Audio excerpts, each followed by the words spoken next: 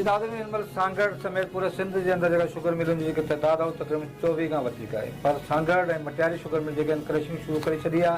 हिन महिल Sanghar sugar mill जी जेका सूरत हाल आहे उहो इहा आहे त सांगड़ शुगर मिल में 22 खां वधीक जेका सेक्टर आहिनि जितां कमर जेको आहे आबादगार खां वरितो वञे थो। हिन महिल सांगड़ शुगर मिल जी जेका क्रशिंग पोजीशन आहे उहा आहे त 2 करोड़ माण्हुनि जो टारगेट आहे त असीं जेको सीज़न में क्रशिंग कंदासूं। हिन मां 1.5 लख मन जेको आहे रोज़ाने जेको आहे हुनजी क्रशिंग थिए पई। 1,20,000 खां जेको क्रशिंग हले पई, जिन खे 16 लख मन जेको क्रशिंग थी वेंदी। रिकवरी जेको कमाल जी रिकवरी आहे तक़रीबन 10 खां वधीक आहे, पर ही ओवरऑल जेका रिकवरी ॿुधाइनि था 9.5 ॿुधाइनि पिया। तक़रीबन 16,000 खां वधीक जेका बैग जेका आहिनि कमाद जा शुगर जा उहो हिन महिल जेको आहे प्रोडक्शन थी चुकी आहे। हिन महिल शुगर जी सूरत हाल इहा आहे त जेका आबादगारनि खे जेका कई कमीशन पारां जेका रेट मुक़ररु कयो वेंदो आहे उहो रेट मुक़ररु न थियो आहे, जंहिंजे करे सांगड़ शुगर मिल जो जेको इंतिज़ामिया आहे उन 140 रुपया रेट जेको मुक़ररु कयो आहे, जॾहिं की गुज़िरियल साल जेको रेट जो किरायो जेको हो उहो तक़रीबन 10 रुपया फी किलो 1 किलोमीटर वटि 10 किलोमीटर जो रेट हो। लेकिन जेके हाणे जेको तेल जे अप डाउन थियण जे करे इन जो रेट जेको आहे तक़रीबन 11 रुपए फी 1 किलो खां वठी 10 किलोमीटर जो रेट मुक़ररु कयो वियो आहे। इन खां सवाइ जेको आहे शुगर मिल में जेका क्रशिंग जेका सूरत हाल आहे उहो हिन महिल ॾिसो था सांगड़ शुगर मिल में 1.5 लख मन जेको आहे 24 कलाकनि में क्रशिंग थिए पई।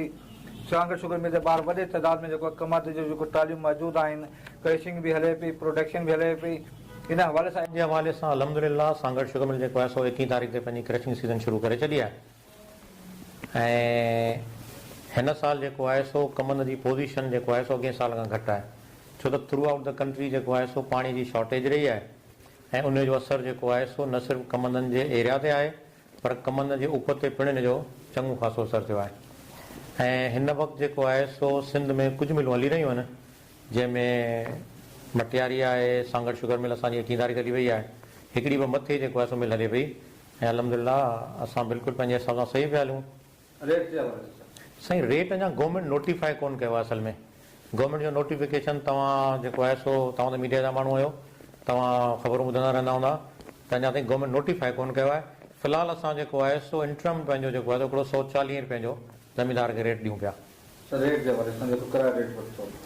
साईं किरायो जेको आहे ज़मीनदार जो जेको कमंद जो कटबो आहे उहो नोटिफाई कंदो आहे कैन कमिश्नर सिंध, ऐं कैन कमिश्नर सिंध पंहिंजे फार्मूला तहत जीअं डीज़ल जा रेट वधंदा आहिनि त पोइ हिसाब सां किरायो वधंदो आहे। जेकॾहिं डीज़ल रेट घटि बि आहिनि त उनखे एडजस्ट करे घटि कंदो आहे ऐं उहो थ्रू आउट द सीज़न जीअं जीअं इहा फ्लक्चुएशन थींदी आहे उन हिसाब सां करे ॾींदो आहे त असां उनजा पाबंद हूंदा आहियूं त उहो ई किरायो कंदा आहियूं जेको गवर्नमेंट असांखे नोटिफाई कंदी आहे।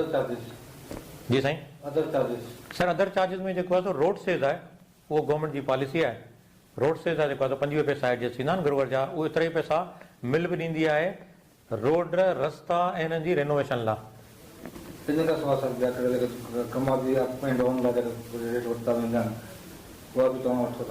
छा वठो था साईं?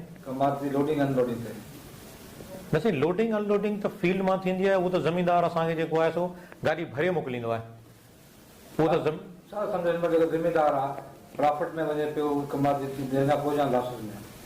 साईं। ॾिसो कमंद हिकिड़ो कैश क्रॉप आहे, हिन में को शक कोन्हे। कमंद में ई सर्वाइवल आहे। कमंद खे लास्ट ईयर खां जेको पाणी जो थोरो धचको थियो आहे उनजे करे जेको आहे सो माण्हुनि जो कुझु झील जहिड़ा असरअंदाज़ थियूं आहिनि। अदरवाइज़ स्पीकिंग वॾे ज़मीनदार लाइ त कमंद ई जेको आहे सो बहितर आहे। जे थींदा आहिनि गुरुवर जा उहे एतिरा ई पैसा मिल बि ॾींदी आहे रोड रस्ता ऐं हिननि जी रेनोवेशन लाइ।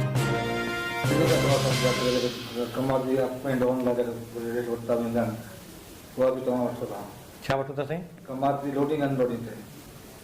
न साईं लोडिंग अनलोडिंग त फील्ड मां थींदी आहे, उहो त ज़मीनदार असांखे जेको आहे सो गाॾी भरे मोकिलींदो आहे।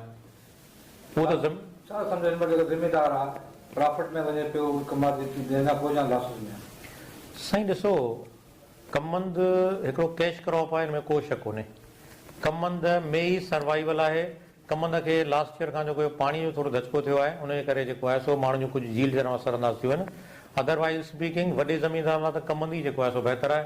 कमंद जी चोरी कान थी थिए, कमंद जी उपत सही आहे। कमंद धणीअ जे नाले जेको आहे सो मिलण में वञे थो, धणीअ खे पैसा मिलनि था ऐं कमंद जहिड़ो को बि अहिड़ो फसल कोन्हे जेको शायदि कमंद सां मुक़ाबिलो करे सघे। साईं पैदावार डिपेंड करे थी ज़मीनदार ते, त ज़मीनदार वटि पाणी जी अवेलेबिलिटी कीअं आहे, ज़मीनदार टाइम ते सोइंग कई आहे कान कई आहे, ज़मीनदार जेको आहे सो उहा वैरायटी पोखी आहे कान पोखी आहे, इहे सभु शयूं इन ते लागू थींदो साईं। टारगेट छा आहे क्रशिंग जो? साईं क्रशिंग टारगेट असां जो अलाह मां उमेदु आहे त 1.5 करोड़ मण प्लस जेको आहे सो इनशाला थियणु खपे। असांजी पंहिंजी पूरी कोशिशि आहे, छो त असां सभिनी खां पहिरीं मिली विया आहियूं। असल में असांजा मिल जा जेके मालिक आहिनि उहे बि आबादगार आहिनि, त उन्हनि खे आबादगारनि लाइ वधीक हिन ॻाल्हि जी हूंदी आहे त असां जेको आहे सो माण्हुनि खे मौक़ो ॾियूं त माण्हू जेको आहे सो कमनि जी कटाई करे कणिक पोखे सघनि। नाज़रीन जी तव्हां admin manager Sanghar sugar mill जी ॻाल्हि ॿुधी, हिन जो चवणो त हिन महिल जेको असां केन जो जेको रेट मुक़ररु कयो आहे 140 रुपया जेको मुक़ररु कयो आहे, हीअ केन कमीशन असां